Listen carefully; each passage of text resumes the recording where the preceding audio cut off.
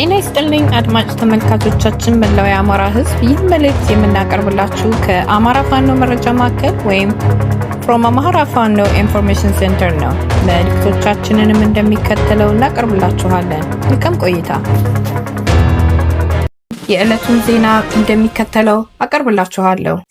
ጀግናው የነጎድጓድ ክፍለ ጦር ዛሬም በብልጽግናው የግል ወታደሮች ላይ እርምጃ ሲወስድ በሀገረ ማርያም ከሰም ወረዳ እየተደረገ ባለው ውጊያ ሁለት የኮማንዶ አመራሮች ከግንባር ከርተው ፋኖን ተቀላቀሉ።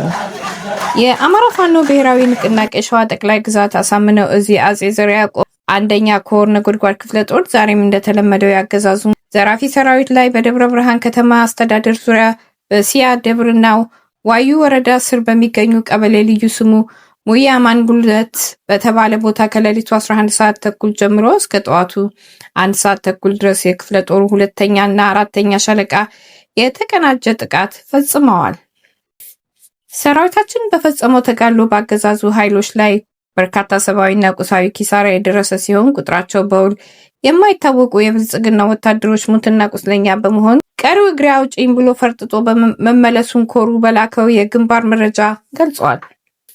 ይህ በእንዲህ እንዳለ በሀገረ ማርያም ከሰም ወረዳ የአፋብኃኝ ሸዋ ጠቅላይ ግዛት አሳምነው እዚህ ከሰም ሁለተኛ ኮር አህዶች እያደረጉት ባለው የተቀናጀ አውደ ውጊያ ሁለት የ112ኛ አየር ወለድ ክፍለ ጦር አመራሮች የያዙትን የሬዲዮ መገናኛ ጨምሮ ከነሙሉ ትጥቃቸው የተለያዩ የአገዛዙ ሚስጥራዊ ሰነዶችን በመያዝ ከውጊያ ግንባር ከርተው ፋኖን መቀላቀላቸውን ኮሩ በላከው የግንባር መረጃ አስታውቋል።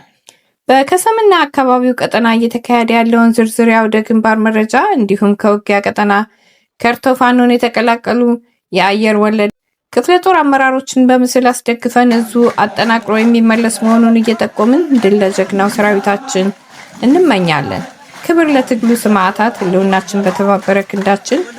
የአፋብኃኝ ሸዋ ጠቅላይ ግዛት አሳምነው እዝ ህዝብ ግንኙነት መምሪያ ግንቦት 10 2018 ዓ.ም።